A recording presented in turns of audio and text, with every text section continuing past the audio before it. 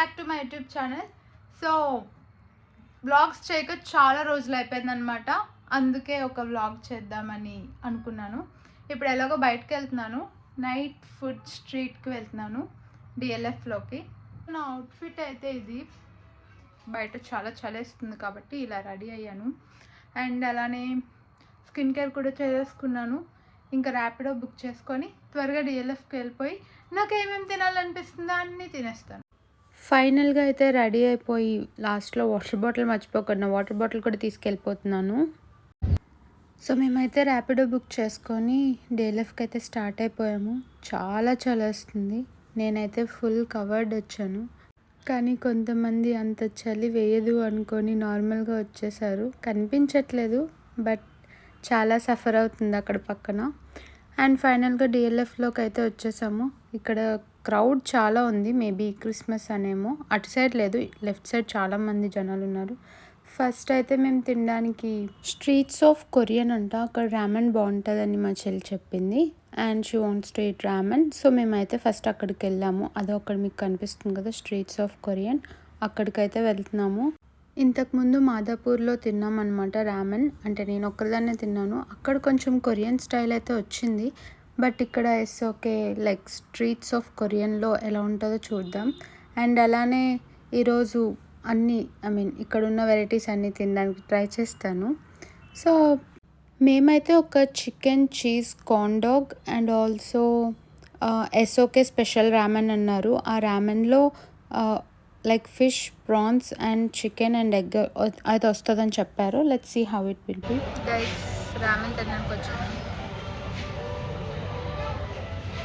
Style దొబ్బుదాం కొంచెం. So ఫైనల్గా రామెన్ అయితే వచ్చేసింది. చూడ్డానికి బాగానే ఉంది. సో టేస్ట్ చేద్దామని ఫిష్ సైడ్కి తీసేసి చికెన్తో ట్రై చేశాను. యావరేజ్గా ఉంది గైస్.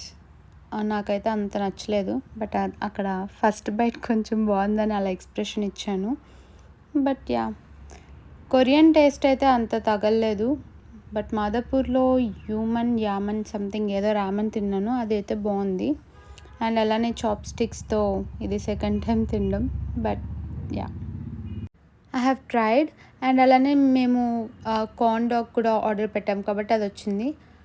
అది అంత టేస్టీగా లేదు టు బీ ఫ్రాంక్, బట్ డబ్బులు పెట్టాం కాబట్టి తినేసాము. అండ్ అలానే అలా నడుచుకుంటూ వచ్చి పానీపూరి కనిపించింది. I want to eat panipuri అనిపించి నేనే తిన్నాను పానీపూరి. Like 5 pieces 25 rupees. నేను ఒక 3, మా చెల్లి ఒక 2 తినేసాము. తినేసాక లాస్ట్లో ఆ మసాలా పూరి కూడా నేనే తినేసాను.